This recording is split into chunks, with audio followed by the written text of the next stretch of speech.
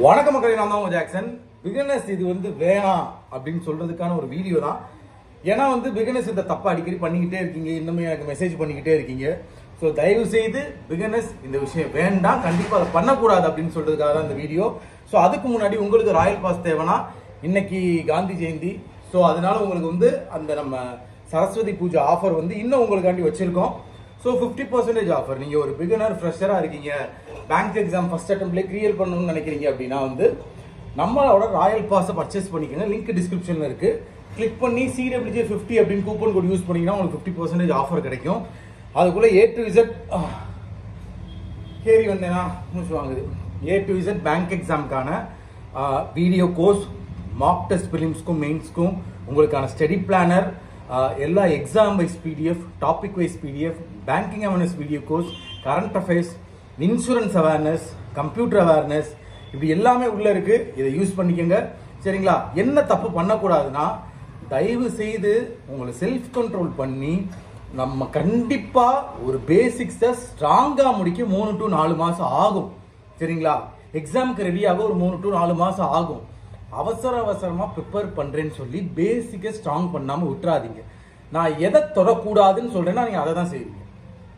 Test எடுக்காதீங்க அப்படின்னா டெஸ்ட்டை போட்டு பாக்குறீங்க, அப்புறம் ஃபீல் பண்றீங்க நம்ம தப்பா சூஸ் பண்ணிட்டோமோ, பேங்க் எக்ஸாம நம்ம தவறுதலா சூஸ் பண்ணிட்டோமோன்னு.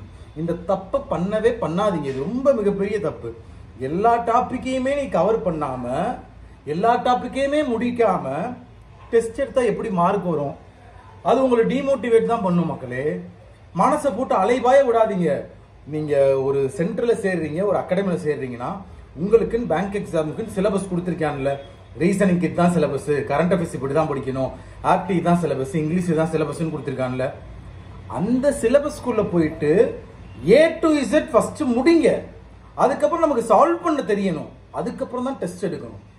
அரைகுறையா படிச்சுட்டு போய் உடனே டெஸ்ட் எடுத்துட்டு உடனே மேல வந்துடும் அப்படின்னு நினைக்கிறீங்க. செதுக்கி செதுக்கி செதுக்கி செதுக்கி கொண்டு வரணும் சிவாஜிகள். அதை ஃபர்ஸ்ட் பிடிச்சிக்கோங்க, சரிங்களா? ஸோ தயவு செய்து இந்த தப்பை பண்ணாதீங்க. டெஸ்ட் எடுக்காதீங்க. பிகினர்ஸ் மேக்ஸிமம் டெஸ்ட் அவாய்ட் பண்ணுங்க. உங்களுக்கே ஒரு கான்ஃபிடன்ட் வரும். ஒரு 2-3 மாசம் கழிச்சு ஒரு கான்ஃபிடன்ட் வரும். அப்ப நீங்க டெஸ்ட் எடுக்க ஆரம்பிங்க. சார் இப்ப இடையில LIC A வருது, IBPS கிளர்க் வருது, RRBP வருது, RRB கிளர்க் வருதுன்னா இதை ஒரு பிராக்டிக்ஸ் எக்ஸாமா நினைச்சுக்கோங்க. அதை தான் நான் உங்கள்ட்ட சொல்லுவேன்.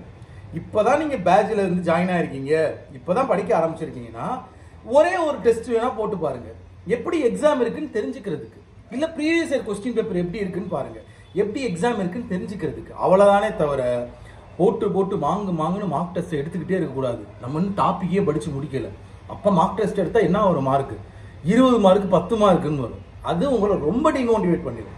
ஸோ தயவு செய்து அப்படியே எல்லா டாபிக்கையும் கவர் பண்ணணும், சிலபஸ் முடிக்கணும், அதுல சால்வ் பண்ணி maximum number of question solve பண்ணி அதுல ஸ்ட்ராங் ஆகணும், சால்வ் பண்ண தெரியணும். நமக்கு ஒரு क्वेश्चन ஃபர்ஸ்ட் கொடுத்தா அப்படின்ற மைண்ட் செட்டை கொண்டு வாங்க. அதுக்கப்புறம் தான் நம்ம டெஸ்ட் எடுக்கணும் அப்படின்னு கொண்டு வாங்க.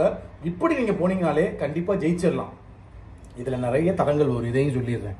உங்களை 2 வருஷம் 3 வருஷம் ஆகும் பாஸ் ஆகன்னு டிமோட்டிவேட் பண்ணுவாங்க. நம்ம மைண்ட் செட்லயே கொஞ்சம் நல்லது, இதெல்லாம் வேணாம், நம்ம IT கம்பெனிக்கு வேலைக்கு போகலாம், இல்லை நம்ம சித்தப்பா வேலை வாங்கி தரேன்னு சொல்றாரு அங்க போகலாம் அப்படின்னு டிமோட்டிவேட் அதாவது டைவர்ட் ஆகும், சரியா? இது போக எப்ப பார்த்தாலும் ஒரு டிப்ரெஷன் ஸ்டேஜ்ல இருக்க மாதிரி ஃபீல் ஆகும். ஸோ எல்லாத்தையும் கடந்தாதான் உனக்கு 50,000 ரூபாய் சம்பளம் கிடைக்கும், சரியா?